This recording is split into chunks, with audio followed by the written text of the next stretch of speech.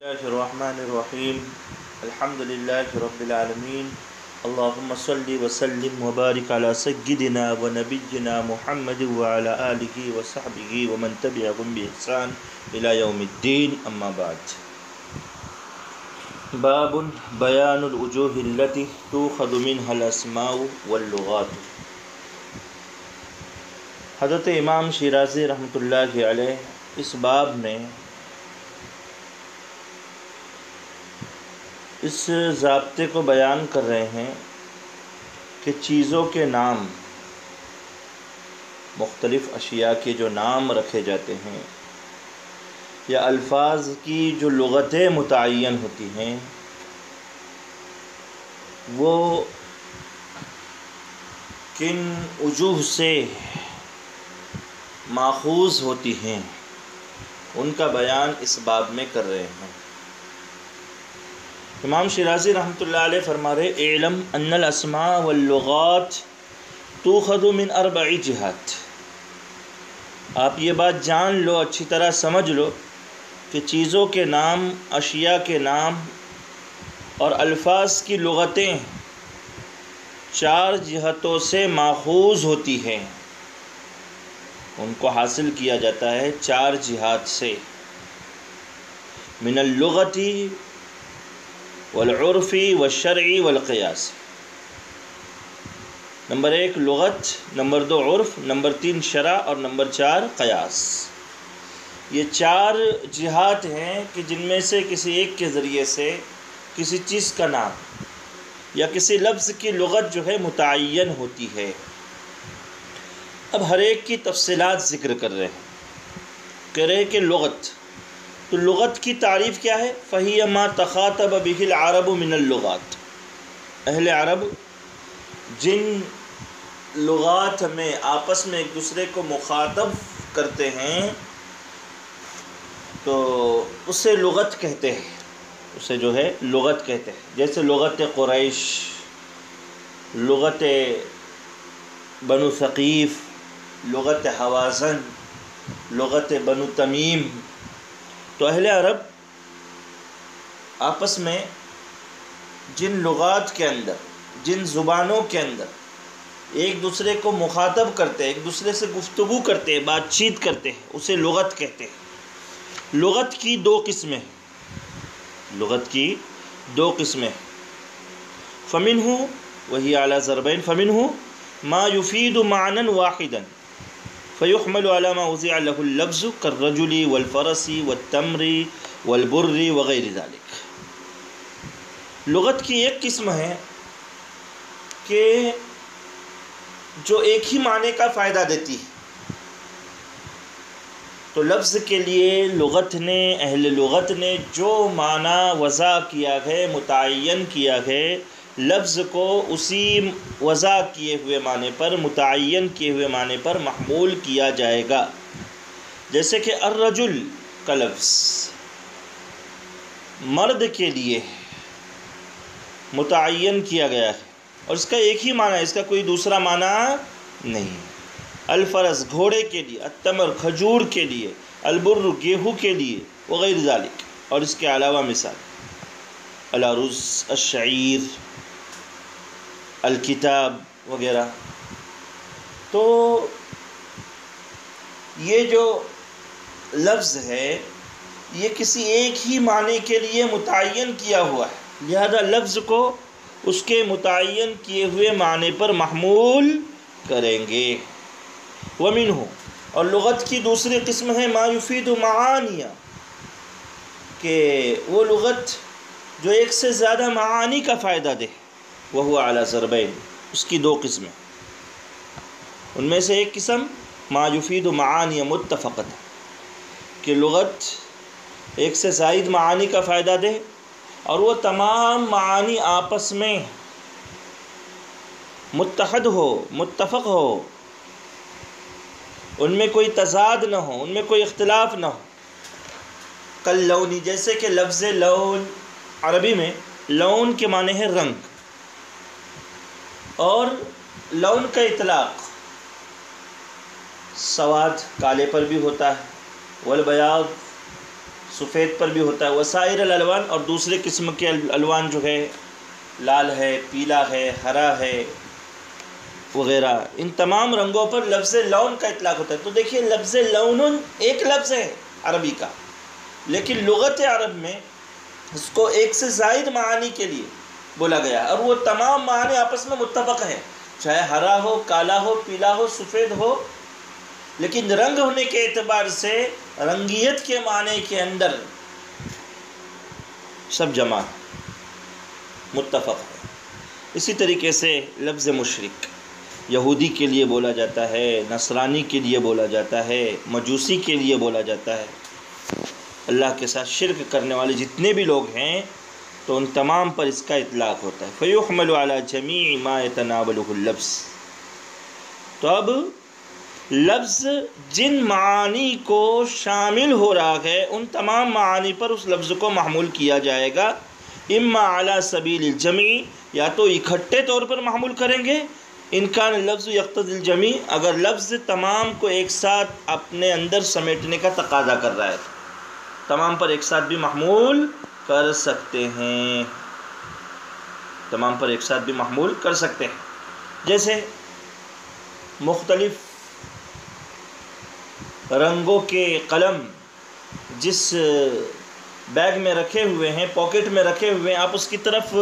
اشارہ کرتے ہوئے کسی کو کہیں کہ جیب الالوان، تو ظاہر سی بات ہے کہ سامنے والا تمام کے تمام رنگوں کو ایک ساتھ لائے گا، اور لفظ یہاں پر تمام معانی کو سمیٹنے کا تقاضا کر رہا ہے۔ اولا کل واحد منہ علی سبیل البدل ان لم یقتضی لفظ الجميع، اگر لفظ تمام معانی کو ایک ساتھ اپنے اندر سمیٹنے کا تقاضا نہیں کرتا ہے تو بدلیت کے طور پر اس لفظ کو انفراداً ایک کے بعد دوسرا، بدلیت کے طور پر اس لفظ کو ان تمام معانی پر محمول کریں گے، ہر ایک پر بدلیت کے طور پر محمول کریں گے، بدلیت کے طور پر اگر لفظ ویسا ہوتا۔ جیسے کوئی کہے کہ جی باللون الاسود، جی باللون الابیض وغیرہ، تو جس معنی کے لیے اسے متعین کیا گیا وہ آگے بتا رہے ہیں الا ان يدل الدلیل علی ان المراد به شیء بعینہ، متعین لفظ ہے تو اسی پر اسے محمول فیحمل علی ما دل علیہ الدلیل، قرینہ جس معنی کا تقاضا کرا اس پر اسے محمول کریں گے۔ جیسے جی باللون الاسود، تو ظاہر سی بات ہے کہ کالا رنگ ہی یقینی طور پر اور متعین طور پر مراد ہوگا، اس میں پھر دوسرا کوئی رنگ شامل نہیں ہوگا، اس میں کوئی دوسرا کوئی رنگ شامل نہیں ہوگا۔ اور اگر یکے بعد دیگرے، جیسے کہا کہ بھائی جی باللون، رنگ لاؤ، تو اگر آدمی کام کر رہا ہے تو اس کو پہلے اگر کالے رنگ کی ضرورت ہے تو کالا لے کر آئیں گے، اس کے بعد سفید رنگ کی ضرورت ہے تو وہ لے کر آئیں گے، تو بدلیت کے طور پر بھی اس کو محمول کیا جا سکتا ہے۔ تو یہاں پر یہ بتایا کہ بھائی دیکھیے لغت عرب میں اگر یہ بات ہو کہ وہ لفظ ایک سے زائد معانی کے لیے آتا ہے تو دیکھا جائے گا کیا وہ تمام معانی آپس میں متفق ہیں۔ اگر تمام معانی آپس میں متفق ہیں تو پھر اگر لفظ میں تمام معانی کو ایک ساتھ سمیٹنے کی صلاحیت ہے تو اس لفظ کو تمام معانی پر ایک ساتھ محمول کریں گے، اور اگر ایسی صلاحیت نہیں ہے تو پھر بدلیت کے طور پر اس معنی کو اس لفظ پر بولا جائے گا، یکے بعد دیگرے اس معنی کا جو اطلاق ہوگا۔ اور اگر مان لو ایسی گنجائش ہے لفظ میں کہ ایک ہی متعین معنی مراد ہے تو اسی متعین معنی پر اس لفظ کو محمول کیا جائے گا، اب نہ تمام معانی مراد لیں گے نہ بدلیت کے طور پر یکے بعد دیگرے ایک سے زائد معانی مراد لیں گے، ایسا کوئی معاملہ نہیں ہوگا۔ والثانی، دوسری صورت یعنی لغت عرب میں اس لفظ کے ایک سے زیادہ معانی ہوں لیکن ما یفید معانی مختلفتاً، وہ معانی آپس میں مختلف ہو،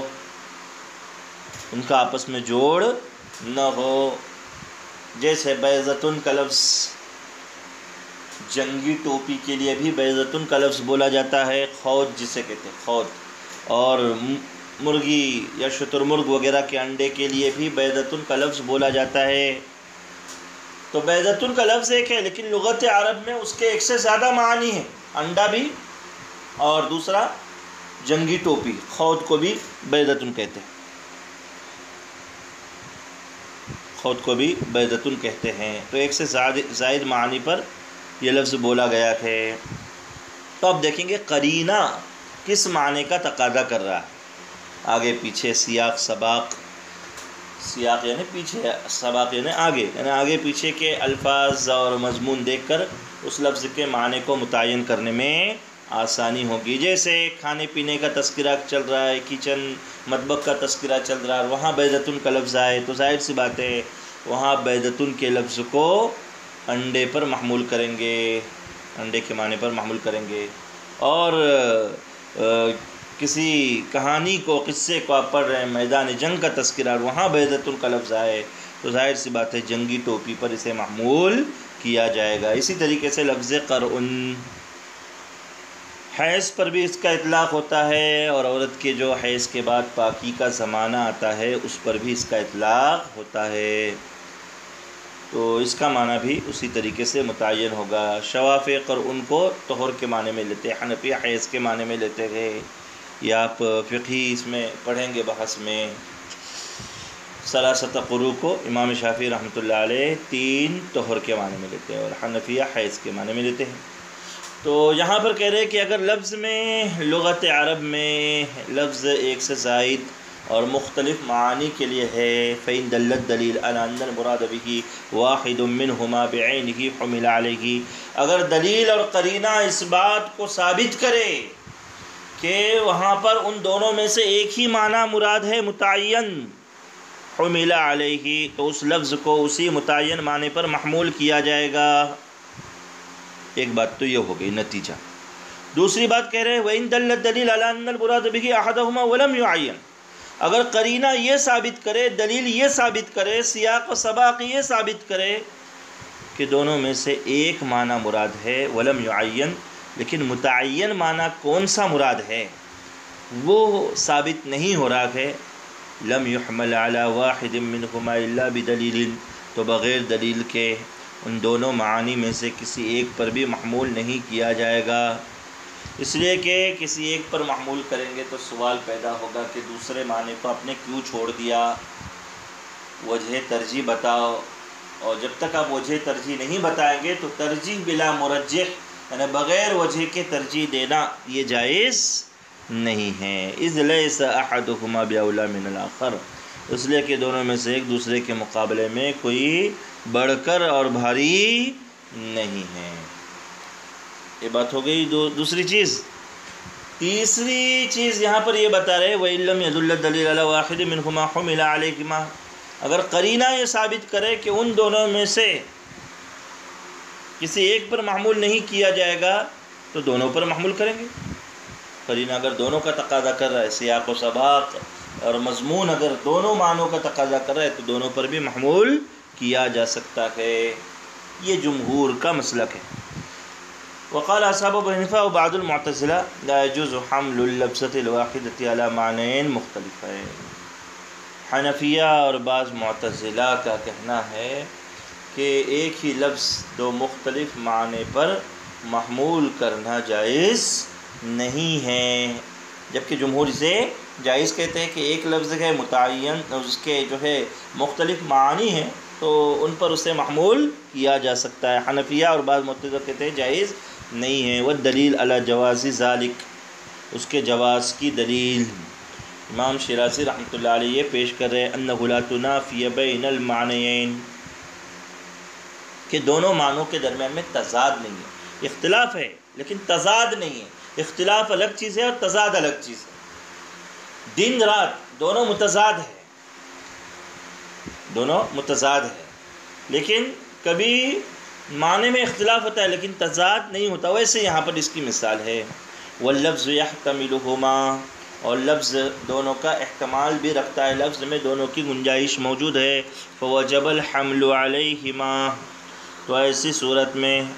اس لفظ کو ان دونوں معنی پر محمول کرنے میں کوئی حرج نہیں ہے۔ کما قلنا فی القسم الذی قبلہ، جیسے کہ اس سے پہلے والی قسم،